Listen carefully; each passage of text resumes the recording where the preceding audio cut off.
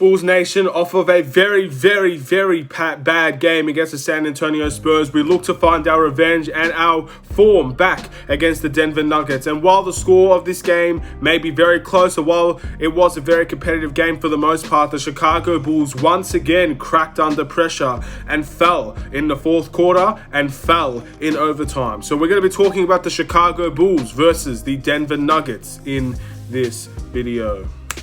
Let's do it.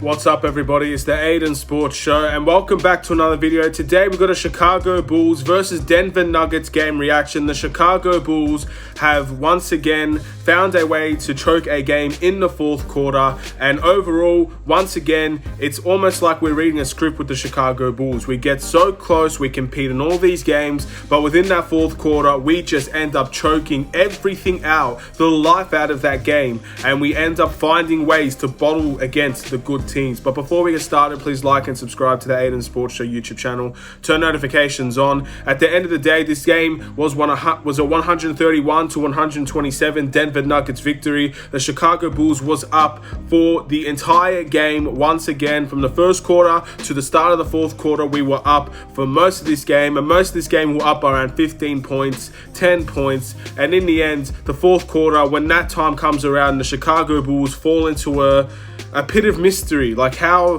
have they managed to once again blow a lead in the fourth quarter when they were up? And again, it went to overtime. A very bad defensive play by the Bulls allowed Jamal Murray to hit a very clutch three, and in the end, they went to overtime and they did their thing in overtime. I kind of figured once the Bulls went into overtime that we probably weren't going to win this game. Denver has too much talent to keep them in the game for the entirety of the game and then send them to overtime. They have too much talent and they will roll you over once you give them a chance to do so. So in the end, the Bulls had control of this game. The Bulls were the dominating factors. It wasn't as bad as the Spurs game. I'm not going to give them that sort of recognition. It wasn't as bad as the Spurs game, but this game was once again a script for the Chicago Bulls. Nearly all of our games against good teams follow this exact same script. We were up the entire game, we competed all game long, and then in the fourth quarter, we blow it, and we give them the satisfaction of beating us in overtime. So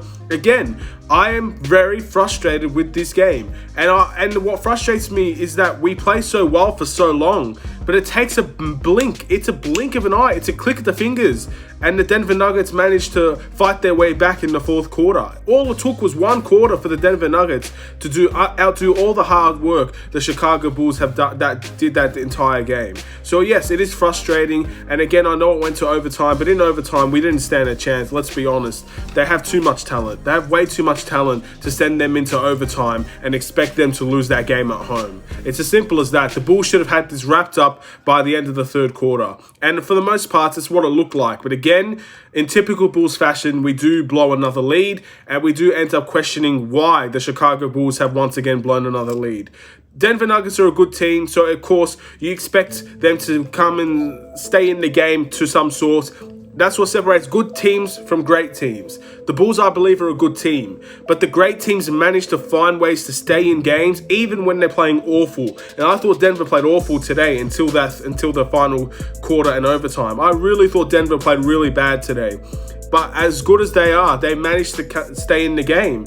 And in the end, they took advantage of the Bulls when they managed to find some rough patches within that game. So at the end of the day, we got what we deserved. I really felt like this should have been a Bulls win, but we didn't get that. And in the end, once again, we are to blame for that. We are our own worst enemy. We get our own demise. We are the ones that set ourselves up to fail because we perform so well and we do so good. And Denver were playing so bad. It's all going in our favor.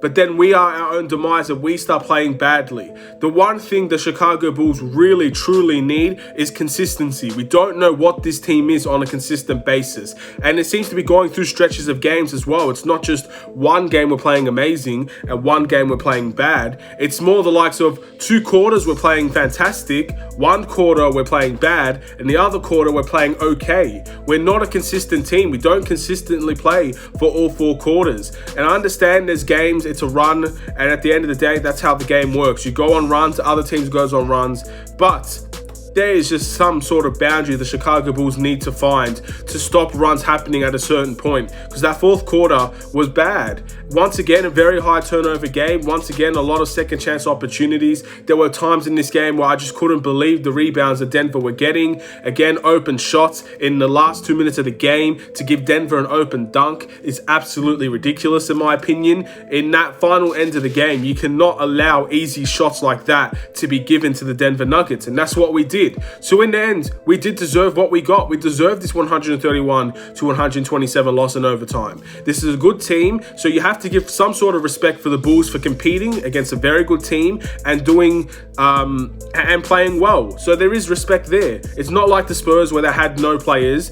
Denver was nearly at full health in this game. There were a few players, maybe one or two players for Denver that wasn't playing, but none of their key players were out. Same with the Bulls. None of our key players were out and we competed. So there is respect.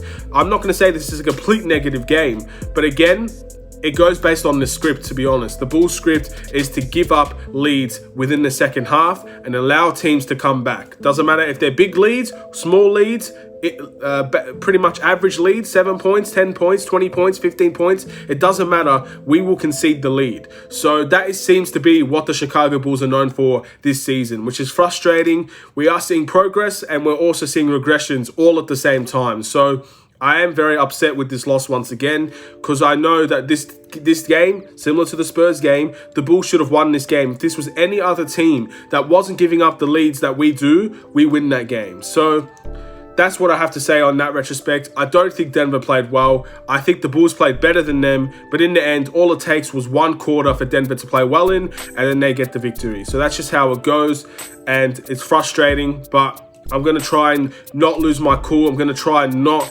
rant like I did in the last video. I hate making rant videos, and we're going to keep things going on a basic measure, and hopefully then that game against Detroit is a better game, because in the end, it's been an awful week, to be honest, for the Bulls. I know we got to win, but it's been an awful week for the Bulls. So hopefully we can end it positively, and we'll just see where we go from there at the end of the day. Let's move into the box score. I'm not going to name too many players here. Larry Markkinen, 10 points, 2 rebounds, 2 assists. Don't think Larry Markkinen had a terrific game today. It's as simple as that. I don't really recollect anything that he did in this game.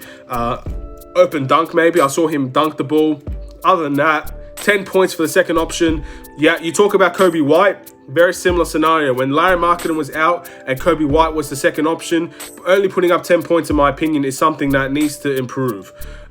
So yeah, at the end of the day, Larry Markkinen should have had a little bit more to do with 29 minutes played, and I think he needs to learn from this and be better on. I thought Larry Markkinen has had a terrific return from his injury, and he's played a lot of very good games for the Bulls, and as far as I know, two okay games. This isn't a bad game for Larry Markkinen, it's okay. But okay is not good enough for a second option, especially on a team that was doing as well as we were. We needed Larry Markkinen to score more, and he just didn't do it. Whether it was efficiency or he just wasn't aggressive, whatever the case may be, he needs to do a lot better than what he did. Thaddeus Young, 11 points, 6 assists, 10 rebounds. It's the same old story for Thaddeus Young. The thing is with Thaddeus Young compared to Larry Markkinen, he only had 11 points today. But with Thaddeus Young, he does a little bit more on the court. He does a little bit more on the defensive end. And of course, he's having his best playmaking season in his entirety of his career with the Chicago Bulls. So there is a lot of positives to take away from Thaddeus Young compared to Larry Markkinen. But I thought Thaddeus Young played very, very well. He's not the primary scorer on this team, but he is someone that can score in bunches. He's not the best facilitator on this team, yet he is leading the Bulls in assists this season. And rebounding-wise, he's played very well today against a very good all-star MVP level Nikola Jokic for majority of that game. So fair play to Thaddeus Young on a very good game in my opinion. Zach LaVine, 32 points, 4 assists, 2 rebounds. A pretty standard game for Zach LaVine, getting 30 points, 4 assists, 2 rebounds. I don't really know how many turnovers he had, but I can probably assume he's had a fair share of his turnovers in this game, which is something that has been an ongoing thing for Zach LaVine. Again, if I'm wrong, I apologize, but for what I've seen throughout that game, I saw Zach LaVine turn the ball over at least once. So I know he has a turnover. I don't know how many overall he had. Overall, good game from Zach LaVine. That's all I could really say. This is expected of him now. This is the level that he's been playing at all season. So I'm not expecting anything less than what he just put up in tonight's game. But I feel sorry for him that we didn't get the victory. Again, things like this you need to really be upset about. And it is frustrating, of course it is. But at the end of the day, we didn't have too much people to come and help him in this game. Who really helped him in this game besides Otto Porter and Thaddeus Young? So there needs to be levels to this. There's levels to how other players can help in this game. And speaking of Otto Porter, I thought this was by far his best game since his return. 22 points, 3 assists, 4 rebounds for Otto Porter Jr. What a great game from him. And this is the best version of Otto Porter we have seen for a long time. So I hope he can keep this level up because we can really use a valuable scoring option off of that bench. He is a very capable scorer. He's a very capable defender. The only issue with Otto Porter really is that he doesn't stay on the court. So as long as we can see Otto Porter stay on the court, he is a valuable asset for this team. He's an asset that I don't believe we should go with going forward because we just can't trust him. But while he's here, if he's not getting traded or if he's not going to re-sign in the future, which I don't think he will, and I don't think the Bulls want him to, while he's here, just contribute. And today, it's a very good game from him, one that I simply cannot really argue with. Coby White with 17 points, 2 assists and 4 rebounds. Playmaking wise for Coby White, not the best. We all know that at this point in time. Coby White's playmaking is a bit of an up and down scenario at this point. However, 17 points coming off of the bench is very valuable to this team. And again, as a second-year player, inconsistency will continue to arise from Coby White's game, and this was one of those good games from Coby White that we want to see more often from him, especially doing it off the bench is something that I really value. The last player I'm going to mention, and I usually wouldn't mention a player that has this stat line, but since he did get a lot of playmaking in this game, I thought that was a big step in the right direction from him. Wendell Carter, 6 points, I believe, 5 assists, 6 rebounds. Coming off the bench, having a 6.5 assist, 6 rebound game is not bad from Wendell Carter in my opinion. Playmaking wise, I think this is the potential we see from Wendell Carter on a nightly basis. We can see him become a very good playmaking, facilitating center in this league, or even if he's a power forward. I know Wendell Carter could be a decent passer. That's never been an issue with me and Wendell Carter. I believe when the time comes, when he has more responsibility on this team, which he is getting more and more responsibility by the game, starting or on the bench, he can be a decent facilitator on this team. So I really valued what he provided for this game today. And there's something that I believe can be done a little bit more, especially coming off that bench playing second unit players. I think he could really be aggressive in his scoring, but also aggressive in his facilitating and making the right passes. That is something that I really want to see develop over the course of time with Wendell Carter, just to make him a viable offensive threat out there when he plays.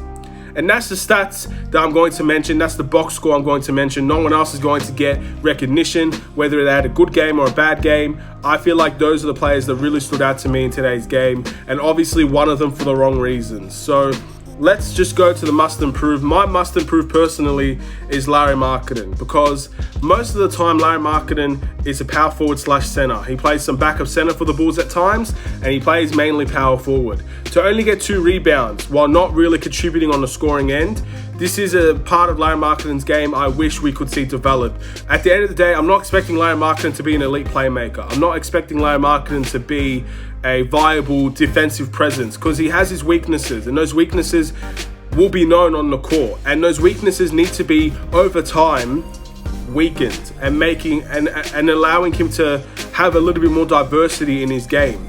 But if you're not scoring on this team, if Lauri Markkanen is having an off scoring night, the least you need to see him do is grab a little bit of rebounds, or maybe try and defend a little bit better than what he did. At the end of the day, that is all you can ask from Lauri Markkanen. But today was not a game where I consider him doing that at an effective level. Only 10 points in today's game, which I think he could do better than that. And obviously as the second option, 2 assists is actually not bad for Lauri Markkanen considering his averages on this team. But 2 rebounds is very poor for any level of power forward slash center. And it shows by the other players' stats. You have people like Otto Porter getting more rebounds. You have Patrick Williams getting more rebounds in less minutes. Thaddeus Young getting more rebounds in less minutes, significantly more. Kobe White has more rebounds. Satoransky has more rebounds. So Larry Markkinen, I feel like, needs to take a little bit of pride into that next game and just rebound the ball and get your scoring in. Be aggressive. Go to the paint while also having an effective three-point shot. That's all you can ask for Larry Markkinen, and that's what his game is at. That's where his game is at. And if he can't do that effectively, then that is when Bulls struggle. It's also when he struggles. So this is not a great game from him. Hopefully the Pistons will be better. The player of the game, by really fine margins, in my opinion, I am going to give it to Zach LaVine. I actually thought Otto Porter had a very, very, very good game. And I really think Thaddeus Young also deserves a recognition for his game as well with a double-double. But Zach LaVine with 32 points and 4 assists, with 38 minutes played. He played much more minutes than anybody on this team. And the stat line shows that with his player of the game performance. At the end of the day, this is the standard for Zach LaVine. This is the level that he's played up to all season, and this is something I expect from him on a nightly basis now. He's developing into that kind of player to get those 28 to 30 points per game, to get those 4 to 5 assists per game. And of course, rebounding is not something I expect Zach LaVine to do often, but you'd like to see a little bit more crashing the boards from a player of his athleticism. But regardless of that, that's the team, ladies and gentlemen. I'm not going to go too much else into it. The Bulls' record is 18-22. Really bad game against the Spurs. A better game against Denver. But again, it's the same old story. You could really predict the way these games go at this point in time. It always seems to be against good teams we compete and fall short. And even sometimes against bad teams we compete and fall short. But again, it's a better performance, so I'm not going to go and absolutely demolish this team like I did against the Spurs. But of course, you need to do better than that. You need to do better than what the Bulls did. You can't give away leads so easily in these games and expect to be in a playoff race or expect to be in games consistently. If you can't keep a lead, that is the biggest disaster for any team if you can't manage leads. And that's been an ongoing theme for the Bulls all season. Games like the Warriors, we had leads and we blew it. Games like Portland, we had leads and we blew it. Even Sacramento, when we played over there, we had leads and blew it. Obviously, the Spurs and the Thunder, we blew those leads. We have blown leads significantly in the second half of the season. Nearly every good game that we play, nearly every single good team that we face, we end up blowing a lead. And it's frustrating, and I understand it's frustrating, but Bulls have to learn from this. Bulls cannot get away with just keep on conceding leads to good teams. I understand they're good teams, but if you're going to be aspiring to be a playoff team and push for those levels, you need to do better. You need to keep those leads, and you need to manage the runs. Denver will go on runs. They're a good team. Manage those runs. We didn't do that good at all today. And the next game and the last game of the week for the Chicago Bulls is against the Detroit Pistons. Last time we versed the Detroit Pistons, the quite opposite happened. We ended up coming back from a 25-point deficit to beat the Detroit Pistons. So I'm hoping for a much better performance because that Detroit Pistons game was not a great game at all. But we came back and won against a team that is in a very bad situation at the moment in the Detroit Pistons. So I hope the Bulls can find a way to win this game because we deserve to win, first of all, because we are playing decently against teams like the Detroit Pistons, and I feel like this is a game we expect to win. But secondly, I want to see a good performance. I don't want to see comebacks. I don't want to see teams come back on us. I want the Bulls from quarter 1 to quarter 4, from the first to the fourth, from the start to the end, to absolutely keep that lead. Never let the Detroit Pistons have a lead in this game. That's what I want. I want to see all 4 quarters played significantly by the Bulls. And that's when I will have a change of heart on this team. Because at the moment, those last 2 games, the Spurs and the Nuggets, have been awful. Same with the Heat, same with the Sixers. These losses have been awful in my opinion. So the Bulls need to have solid performances. Otherwise, we will be very much falling down behind the pack for that playoff bracket and also the play-in tournament as well. So pick it up. That's all I could say. Detroit Pistons is a game we must win. Don't let us down. Otherwise, I'm going to be lost for words. Thank you guys for watching. Please like and subscribe if you're new. I'm sorry if I sound a bit tired or frustrated. I just am tired and frustrated, to be honest. There's no excuse for it. But yeah, it's not as bad as the Spurs, but it's still pretty bad how we lost this game. And again, it's something that it needs to be rectified. It needs to be rectified. Good teams keep leads. If we're going to be a good team, you need to keep those leads. Whether it's one more player to trade for to get it over the line, or we find, again, another change in the system, we need to keep these leads. We can't just keep blowing them away. Have a wonderful day. Take care.